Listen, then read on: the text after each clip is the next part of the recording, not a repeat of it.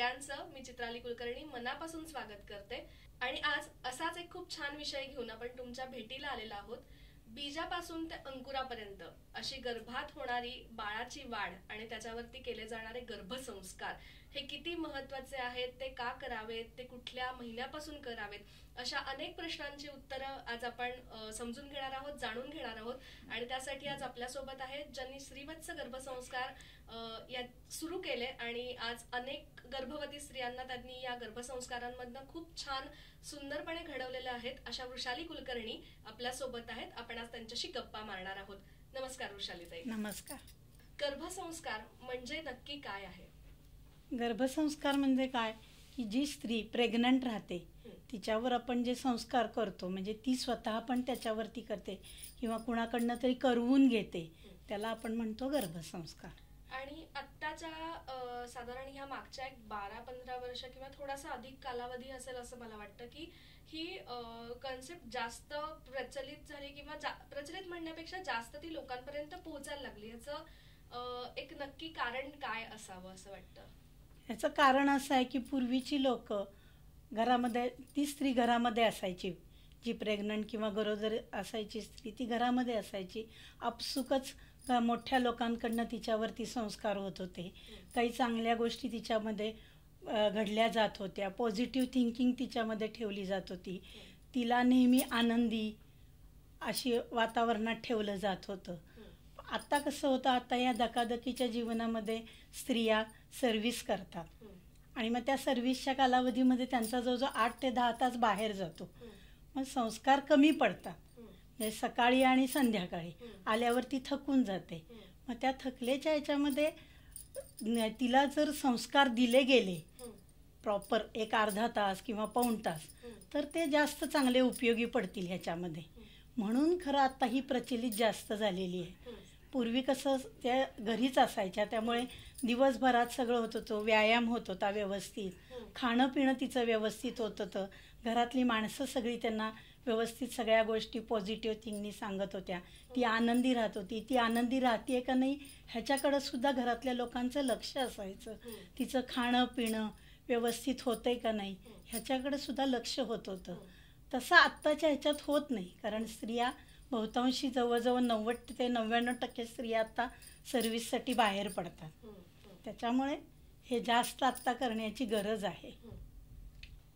साधारणपणे कुठल्या महिन्यापासून याची सुरुवात करावी, असं गर्भसंस्कारांची सुरुवात कुठल्या महिन्यापासून व्हावी? साधारणतः 4थ्या ते 5व्या महिन्यापासून, मोस्टली 5व्या महिन्यापासून केली तर 5, 6, 7, 8, 9 या महिन्यांमध्ये केलेले गर्भसंस्कार जास्त प्रचलित होतात, कारण 5व्या महिन्यामध्ये गर्भ पूर्ण वाढलेला असतो आणि त्यामुळे त्याला ते जे आपण संस्कार करतो ते त्याला आतमध्ये कळत असतात आणि तो आईशी पूर्ण अटॅच असतो, त्याच्यामुळे त्या 5व्या महिन्यापासून केलेले संस्कार चांगले। आणि एक साधारणपणे असा एक गैरसमज असा एक आहे की गर्भसंस्कारांमध्ये काही मेडिसिन्स किंवा काही औषधं दिली जातात, तर हे बरोबर आहे, योग्य आहे की अयोग्य आहे? आता डॉक्टर लोक देतात, त्याला काय आपण करू शकत नाही, पण तसं काही गरज नाही आहे। म्हणजे जर तुम्ही गर्भसंस्कारामध्ये जी लेडी गर्भसंस्कार घेते ती तरी काही देत नाही, कुठलेही मेडिसिन्स नाहीत, काही नाही, फक्त तिच्या खाण्यापिण्याकडे, तिचे व्यायाम व्यवस्थित होत आहेत का नाही, ती आनंदी राहते का नाही, ती बाळाला काय काय शिकवते ह्याच्यावरतीच लक्ष दिलं जातं। आणि गर्भसंस्कारामध्ये कुठल्या कुठल्या गोष्टींवरती जास्तपणे फोकस केला जातो किंवा लक्ष दिलं जातं? गर्भसंस्कारात मोस्टली अध्यात्म, थोडंसं त्या मुलाला काही गोष्टी कळल्या पाहिजे, जे आपण लहानपणी म्हणजे लहान मुलांना शिकवतो, शुभंकरोती, तिन्ही संजेला जेव्हा आपण देवापुढं दिवा लावतो त्यावेळेला म्हटले जाणारे काही स्तोत्र, ही जर त्याला शिकवली गेली त्यावेळेला गर्भसंस्कारात, तर ज्यावेळेला ते मूल जन्माला येतं त्यावेळेला जर समजा रडत असेल आणि त्यावेळेला तुम्ही जर एखादं स्तोत्र जेव्हा गर्भसंस्कारात शिकवलेलं असेल आणि ते त्यावेळेला तुम्ही म्हटलं तर ते आपसुकच मूल शांत राहतं, कारण त्याला माहीत असतं आपल्याला आईने हे शिकवले आणि आता हे आपल्याला ऐकलेलं आहे, आता आपण हे परतही ऐकायचंच आहे, त्यामुळे त्या आनंदात ते शांत राहतं। पण म्हणजे आता ही एक उत्सुकता तुम्ही सांगितल्यामुळे एक निर्माण झाली की खरंच ते गर्भसंस्कारात जेव्हा ते काही गोष्टी सांगितल्या जातात त्या पोटातल्या बाळाला, तर त्या लक्षात किंवा ते कॅप्चर करून जेव्हा ते मूल बाहेर येतं, तर त्यावेळेला त्या लक्षात असतात का? असतात. आहे काही उदाहरण? आता तसं म्हटलं तर माझ्याकडे एक 2 वर्षापूर्वी श्रिया कुलकर्णी म्हणून होती. तर ती सर्व्हिसला जाते. त्यामुळे मी त्यावेळेला त्या म्हणजे गर्भसंस्कारामध्ये तिला सांगितलेलं होतं की तू सांग की मी सर्व्हिसला जाणार आहे, तर जाताना तू रडायचं नाहीस, मला बाय बाय करायचंस. तर आत्तासुद्धा 2 वर्षाची तिची मुलगी आहे, ती जाताना रडत नाही, काही नाही, तिला बाय बाय करते. आणि दुसरी गोष्ट त्यावेळेला तिला मी सांगितली होती की अंथरुणात शिव करायची नाही, असं सांगितलं होतं. तर तिनं सांगितलं की जन्मापासून ते आत्तापर्यंत कधीही त्या मुलीने अंथरुणात शिव केली नाही. म्हणजे उठल्यानंतर, की असं नाही की बाबा थोडंसं ओलं झालं अंथरूण मग मूल रडत उठले, असं झालेलं नाही आहे तिच्या बाबतीत. हां, बरे ती बाहेर म्हणजे उठल्यानंतर अंथरुणातनं बाहेर काढल्यावर शिव करत होती, भले लंगोटात करत असेल कसंही असेल, पण कधी तिनं ओलं केलं नाही अंथरूण. शिकवलं, गर्भावस्थेमध्ये ते बाळ लगेच कॅप्चर करतं. इवन त्याच्यामध्ये जर तुम्ही एखादं हे शिकवलं की बाबा हा बटाटा आहे, हा आंबा आहे, किंवा एखादी भाजी कुठली आहे, किंवा तिनं जेवताना सांगितलं असेल की मी आज बटाट्याची भाजी खाल्ली आहे, तू खा, तुला आवडेल ती, तर त्याला नंतर जर बोलायला लागल्यावर किंवा दाखवल्यावर बटाटा जर दाखवला तर तो प्रॉपर ओळखतो. म्हणजे ते संस्कार होतातच. गर्भसंस्कार बाळावर होणारे संस्कार. अच्छा. आणि याच्यात आहार आणि विहार म्हणजे आपण म्हणूयात की व्यायाम, ह्या गोष्टींकडे पण लक्ष दिलं जातं. ह्याच्यामध्ये काय होतं, मोस्टली अध्यात्म थोडंसं म्हणजे स्तोत्र वगैरे आपण घेतो, काही व्यायाम घेतो, किंवा एखाद्या मुलीला असं वाटतं की मी हे व्हायला हवं होतं पण मी नाही झाले, पण माझ्या मुलासाठी मला हे करायचं आहे, तर ती त्याच्यावरती ते संस्कार करू शकते की तू हेच बन.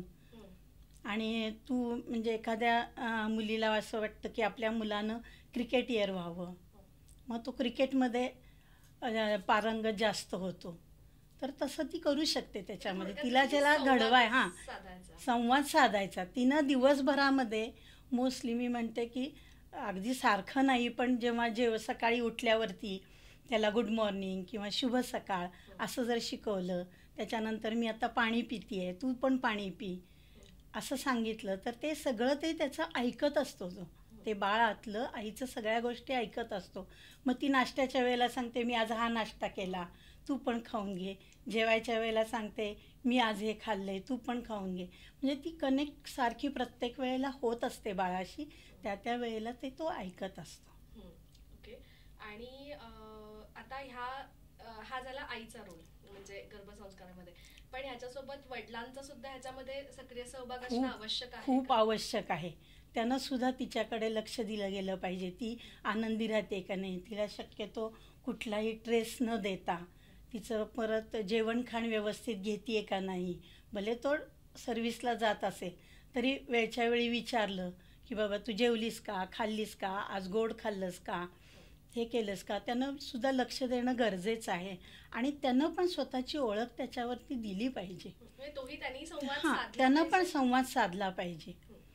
म्हणजे मग तो पण नंतर बाहेर आल्यावर जन्माला येतो त्यावेळेला तो ओळखतो आपले वडील हे आहेत, ही आजी आहे, ही आई आहे. आई तर आपसुक त्याला ओळखतच असते, पण वडिलांचा पण भूमिका त्याच्यामध्ये जास्त आहे आणि ती पण त्यांनी केली पाहिजे. आणि साधारण ह्या सगळ्या ह्याच्यामध्ये एका गर्भवतीचं दिवसभराचं रुटीन कसं असलं पाहिजे, काय पद्धतीने तिचं एक शेड्यूल असावं असं वाटतं? साधारण तिने वेळच्या वेळी 8-8:30च्या दरम्यान नाश्ता, परत 1-1:30च्या दरम्यान, 12:30-1च्या दरम्यान साधारण जेवण जेवलं पाहिजे, एखादं फळ खाल्लं पाहिजे. पुन्हा 4च्या वेळेला जर ती चहा दूध काय घेत असेल तर त्याच्याबरोबर छोटंसं एक स्नॅक्स काहीतरी घेतलं पाहिजे. रात्रीचं जेवण थोडं हलकं असेल ना पण ते घेतलं पाहिजे. आणि रात्री झोपताना तिने दूध घेतलं पाहिजे. म्हणजे आम्ही त्याच्यात शिकवतो, सांगतो की तुम्ही ह्याच्यातून शक्यतो दूध घेतलं तर ते जास्त मुलाची कांती चांगली होईल, तो वयस्कर झाल्यानंतर सुद्धा वयस्कर दिसणार नाही.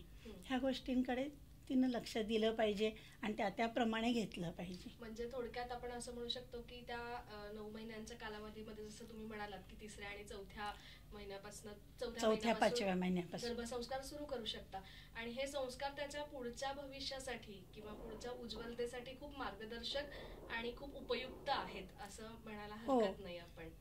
आणि याच्यात संपूर्ण कुटुंबाने पण तितकंच सहभाग घेतला पाहिजे, घरातल्या सगळ्या कुटुंबाने. शक्यतो तिला दरवेळेला पॉझिटिव्ह ठेवून तिला आनंदी ठेवणं हे बाकीच्यांचं पण काम आहे. आणि आता गर्भसंस्कारांमध्ये ऑनलाईन सुद्धा फॅसिलिटी अवेलेबल आहे का फक्त ऑफलाईनच घेतले जातात? नाही, दोन्ही होतं. आपण ऑनलाईन पण घेतो, ऑफलाईन पण घेतो. मी मध्यंतरीच्या काळामध्ये कॅनडामधल्या मुलीची घेतलेली आहे गर्भसंस्कार, अमेरिकेतल्या मुलीला दिलेला आहे. म्हणजे वेगवेगळ्या पद्धतीने त्याचे सोर्सेस उपलब्ध आहेत, फक्त हे होणं संस्कार गरजेचं आहे असं वाटतं. जसं वृषालीताई तुम्ही मगाशी म्हणालात की सध्याचं जीवन हे खूप मुलींचं धावपळीचं झालेलं आहे आणि याच्यात स्वतःकडे लक्ष द्यायला वेळ मिळत नाही आणि गरोदरपणामध्ये ही जास्त गरज असते की स्वतःकडे आणि स्वतःबरोबर बाळाकडे लक्ष दिलं गेलं पाहिजे, लक्ष देता आलं पाहिजे. आणि ह्या सगळ्यामध्ये पूर्वी एकत्र कुटुंब पद्धती होती, घरात अनेक गोष्टी घडत होत्या. तुम्ही मग अशी जसं म्हणलात की श्लोकांचा तुम्ही एक उल्लेख केला की घरामध्ये कसं होतं त्यावेळेला श्लोक म्हटले जायचे स्वतः तोंडी. आता रेकॉर्ड होतात, म्हणजे रेकॉर्डिंग केलं जातं आणि त्याच्यावरनं आपण ऐकतो. पण पूर्वी घरामध्ये म्हणत होते लोक, मोठी माणसं, शुभं करोती श्लोक किंवा रेडिओवरचे सुद्धा श्लोक लावत होते. ते त्याच्यामुळे तिच्या गर्भावरती ते आपसुकच पडत होते आणि ते होत होते संस्कार. किंवा आपण जे शुभं करोती, पूर्वीचे लोक कायम कंटिन्यू संध्याकाळी शुभं करोती, रामरक्षा, भीमरूपी ही म्हटली जायची घराघरामध्ये. आता ते थोडंसं कमी झालंय. पण म्हणजे ह्याच्यात एक पार्ट असा की तुम्ही तर ते शिकवतात श्लोक किंवा तुम्ही माझ्या मते म्हणून घेत असाल मुलींकडनं ते, पण जर येत नसेल तर आजकाल ऑडिओ स्वरूपात फाईल उपलब्ध आहेत, तर त्या त्यांनी ऐकलं तरी त्यांनी ऐकाव्यात. उलट मी तर म्हणेन की त्या प्रवासामध्ये त्यांनी जर कानामध्ये घालून ते ऐकल्या तर ते सुद्धा संस्कार होत जातात. म्हणजे आपण हा उपयोग असा वेळेचा उपयोग असा केला गेला पाहिजे. जर सर्व्हिसमध्ये असेल तर लंच टाईममध्ये तिनं जर ते थोडंफार ऐकलं तर तोही गर्भसंस्कार होतोच ना त्याच्यावर. आणि ह्या सगळ्या 9 महिन्याच्या कालावधीमध्ये तिन्ही एक दृष्टिकोन म्हणजे गर्भवती स्त्रीनी एक गर्भसंस्कारातून एक दृष्टिकोन काय पद्धतीने ठेवला पाहिजे असं एक वाटतं तुम्हाला?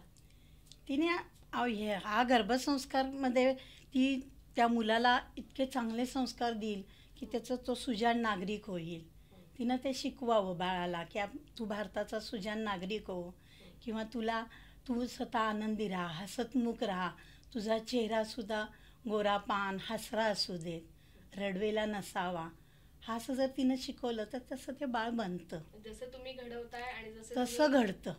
म्हणतात ना, मातीला कसं आपण त्या ह्याच्यामध्ये कुंभार कसा आकार देतो, तसं जर तुम्ही त्याला आकार देत गेलात तर तसं ते बाळ बनतंच. कारण आत्तापर्यंत तर माझ्याकडे अनुभव इतके चांगले आहेत की जे शिकवले मुलांना ते त्यांनी बनलेत आणि झालेत पण.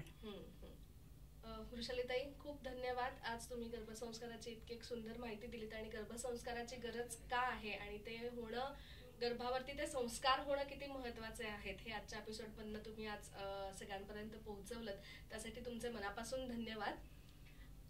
जर तुमच्या आजूबाजूला किंवा तुमच्या घरात कोणी स्त्री गर्भवती असेल तर तिच्यावरती गर्भसंस्कार होणं हे किती गरजेचं आहे आणि किती महत्त्वाचं आहे हे आजच्या एपिसोडमधनं तुम्हाला समजलं असेल. तर असंच सुसंस्कृत बाळ तुम्हाला जर का घडवायचं असेल तर गर्भसंस्कार तुम्ही नक्की घ्या. वृषालीताईंचा कॉन्टॅक्ट नंबर पण डिस्क्रिप्शनमध्ये दिलेला आहे. आणि आजचा एपिसोड तुम्हाला कसा वाटला हेही कमेंटमध्ये आम्हाला नक्की कळवा. असेच छान छान विषय घेऊन आपण तुमच्या भेटीला येत राहणार आहोत. त्यामुळे नक्की चॅनलला लाईक आणि सबस्क्राईब करा. भेटत राहूयात.